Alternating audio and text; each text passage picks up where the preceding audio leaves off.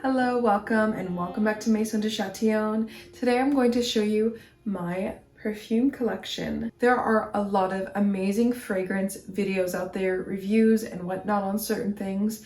I am actually going to do something a tiny bit different where instead of really getting into the little specifics of each of these scents, I'm instead going to recommend who I think these individual perfumes would work well with, your lifestyle, what you're going for. I don't necessarily love all of these, okay? These are just what I've collected over time, and I'm going to give you a brutally honest review. You will probably notice that a lot of these are actually men's or considered men's perfumes. There's nothing wrong with being a little open-minded in that way, and in fact, it has helped me to stumble upon some of the most amazing things, perfumes, watches, and so on. And I'm going to do my best not to give myself a migraine smelling all of these right now. Let's start with a very easy and obvious one, just to get this out of the way. We have the Chanel No. 5. I think we all are very familiar with this scent. This is a very classic feminine scent, but if I'm being completely honest with you, it smells like baby powder, okay? And that's not a bad thing, but this is a very dated scent, and I have seen the most hilarious things regarding this scent. If you were to recommend one scent to somebody you hated, it would be this one, and that's funny. But I think it's definitely overrated. Not overrated in the sense of it doesn't deserve the acknowledgement it gets. It's just that it's not a scent for a young woman. It just isn't. It's not even really a scent for a middle-aged woman or an older woman. It's so clean smelling, and I do like it for that reason, but if I were to use any of these as just like a room spray, it would be this one, because it smells very clean and fresh, but it's extremely powdery, and it's hard to really pick up on anything else. So the person that I think this would be right for is genuinely probably nobody. It is nice to own in your collection, but there are so many better Chanel perfumes. I would not probably get this one, so let's forget that one. The next we have Floris London. This is the classic and famous number 89. This is actually the Eau de Toilette, which is a little bit less strong than an actual perfume. This one is classically known as the perfume that Bond wears, James Bond that is. And let me just give you a little update. I haven't smelled this one for a while. Oh, wow. It has a very interesting sharpness to it. What you're supposed to be picking up on is like an orange bergamot, interesting scent that way, but I don't get that. This is not a perfume I would honestly recommend to buy. It's very sharp, it's very offensive to your senses. It's just really, it's a lot, but I like having it in the collection, and honestly it smells very feminine to me, more than masculine. So I guess James Bond is in touch with his feminine side. Next we have this obscure German brand. Maybe it's not obscure, but to me it is. This one, I'm going to try to say this properly, is the Echt Kolnisch Wasser. I believe this just translates to a natural water cologne. What a day. A cool, clean cocktail for his hot, tired body. Only you don't pour it down, you splash it on. It brings them back alive. I'm very enamored by this scent because it's very sensual, but also fresh at the same time. It smells like you just got out of a shower, but all of the products you use were like the most exquisite, well-made products. I would recommend this to a male or a female who likes to smell nice, but not smell like they're wearing perfume, if that makes sense. So not an obvious fragrance. It smells like the aftermath of using quality lotion, body wash, things like that. Maybe an aftershave, maybe.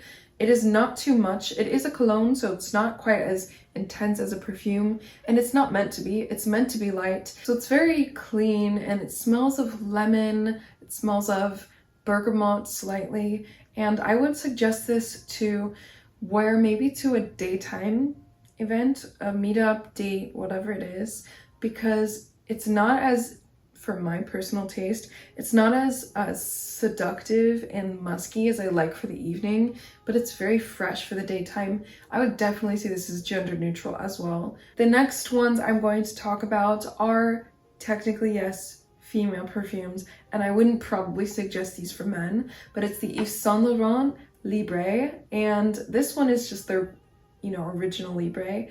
By the way, I don't know if you can tell, I love this one, and that's why it's almost gone. This one just has the most exquisite blend of orange blossom and vanilla, just being musky without overpowering it. Absolutely gorgeous scent. I wouldn't really naturally care so much about a fashion house just targeting the perfume department, because you get a lot of bad perfume that way. I don't think that Yves Saint Laurent is known for scents and things like that, but I have to say they did not make a mistake creating this scent. This one here is pretty much the same thing, but it's the Libre Intense version. As you can see, it has a warmer amber color. This one is pretty much the same, but it's so much more sensual and it is richer, it's more intense. I would wear these on a date in the evening, but you need to be careful because the man that you're meeting with is going to fall in love with you. He's going to want to follow you everywhere when you're wearing this, because it's so good. This smells like you have money, you come for money. I don't know how to explain it, but if you have a chance, this one, I believe it's easier to access. You can get these at, you know, like a Nordstrom fragrance section, Neiman Marcus, if you're lucky and you have one near you. Yeah, this, you need to try it. It's unbelievably good. Every single time I've worn this perfume, I've gotten so many compliments that it makes me uncomfortable.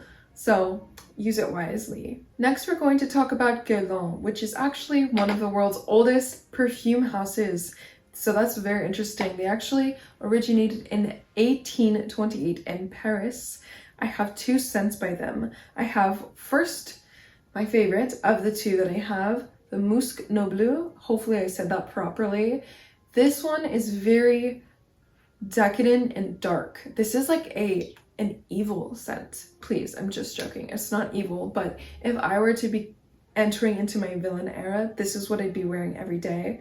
This has a pink pepper and saffron scent to it, and it's very warm, very intense, and it smells almost, I don't want to say syrupy, but it's intoxicating. And that strength and sweetness is really cut with like a red rose scent, which, believe it or not, is not overly feminine. It's not. It's, like I said, it's just dark. This is going to be much more intense than something even like the Libre Intense, because this is a real perfume house. So this is what they do, and they do not spare expenses on their ingredients, and you can tell. This is something that I would wear, yes, on a very sexy date in the evening, or if I was just going to be casually conquering an enemy, this is what I'd be wearing. The next scent I'm subjecting you to is the Insolence, or Insolence, if you want to pronounce it phonetically in English. This scent is not for the boys. This is hardly for the girls, because you have to be so hyper feminine for this scent to match you. This is powdery, but not powdery in the same sense the Chanel is. Powdery like iris, violet, lavender, and just this almost, dare I say, sickly sweetness to it. I don't exactly know why it's this sugary, but as much as I love this, it is a lot. So if I were to wear this, which I do sometimes, if you can see, it's not that I've not worn it. I use it so sparingly, and I know I've said that about so many of these, but so very sparingly. And I will often not spray it directly on myself, which is a no-no for perfume. You're supposed to spray it actually on yourself, but in this case, I don't. I will spray it at a distance and then walk through it just so quickly, because I don't want to be saturated in this.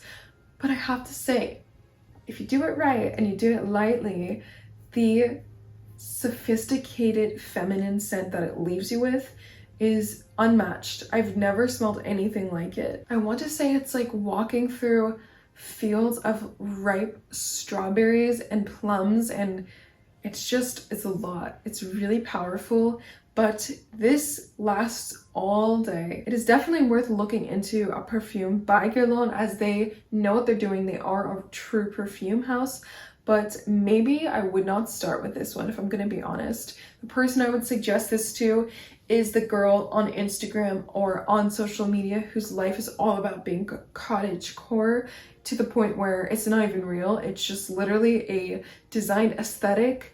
This is what I think she would smell like. It's overly hyper girly and feminine to the point where it's like not for everybody. Last but not least, and truly I did save the best for last, are my Clive Christians. Clive Christian is a brand that is very special. They're known for having the world's most expensive perfume. Clive Christian got their beginnings in 1872 when William Sparks Thompson, who was a curator of corsets for the high society, and Thompson would actually perfume Queen Victoria's bodice with orange blossom, which was her favorite scent. And from then he actually designed a line of lavender smelling salts for women because their corsets were so very tight that they would often faint, and those were considered a luxurious necessity for the high society.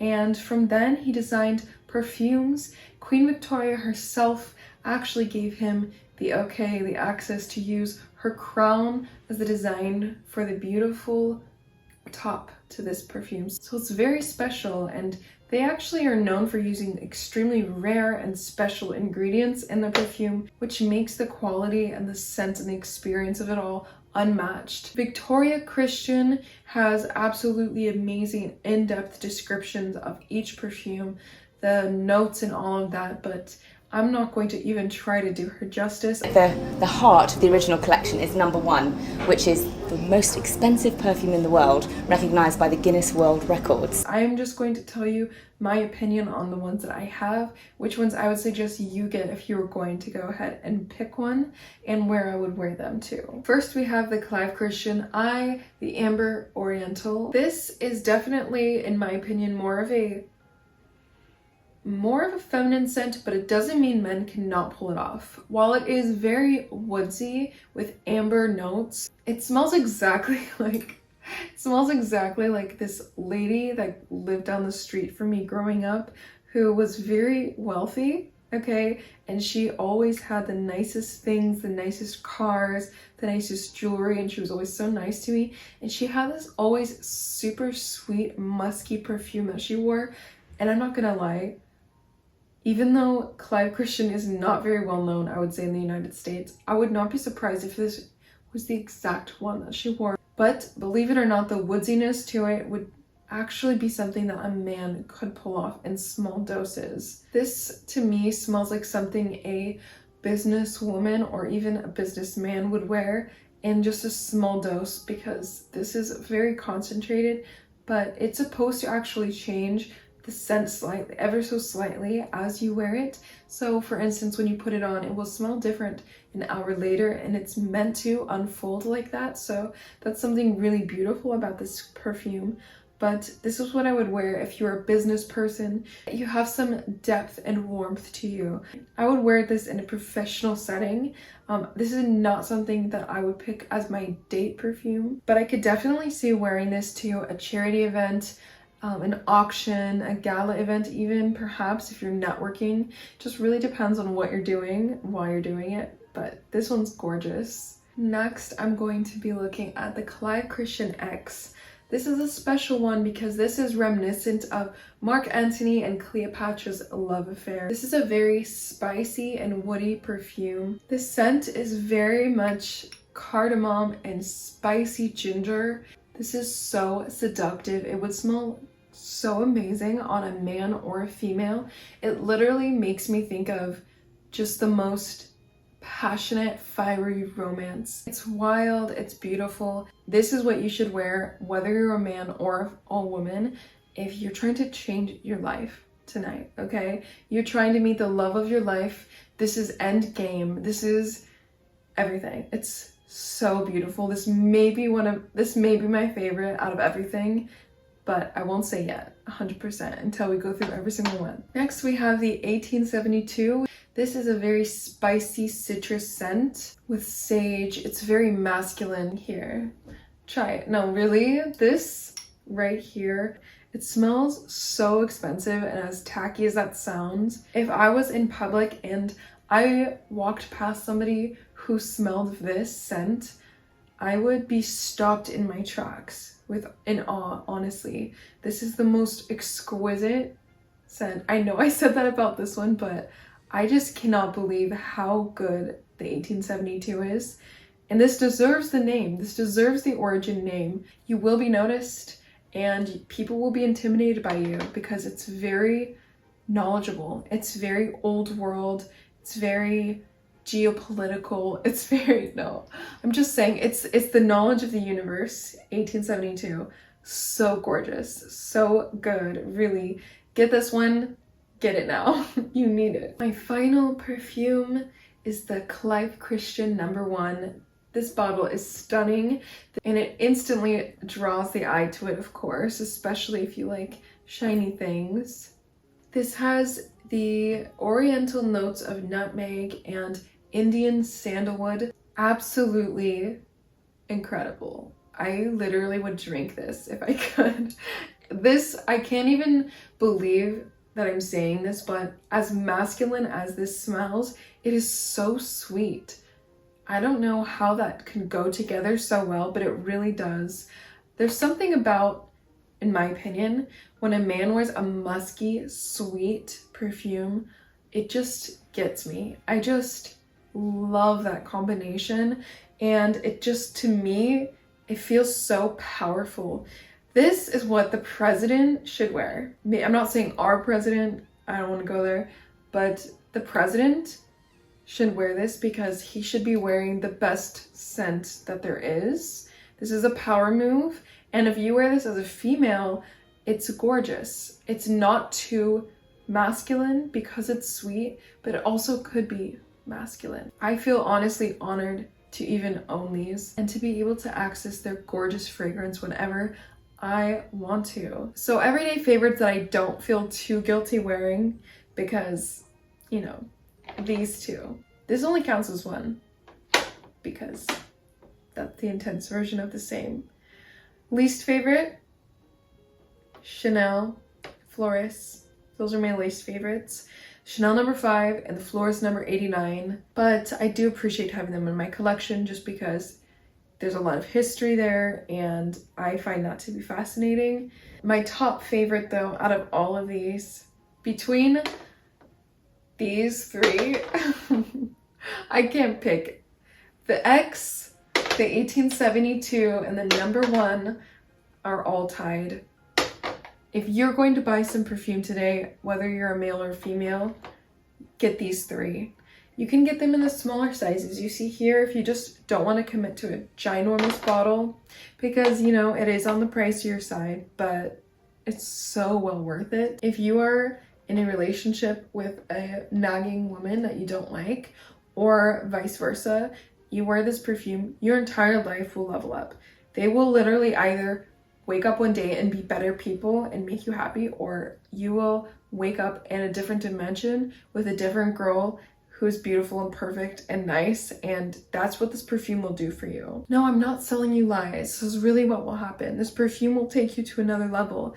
This isn't about materialism. This isn't about spending money on flashy things. This is just honestly craftsmanship that you can smell, and that is just a very special thing. I hope you enjoyed today's video. It was fun to make and I don't have a headache yet, so I think we're in the clear. Comment down below what your favorite fragrance of all time is. Let me know if you've ever personally gotten to smell or experience Clive Christian. Also, what is your daily wear perfume?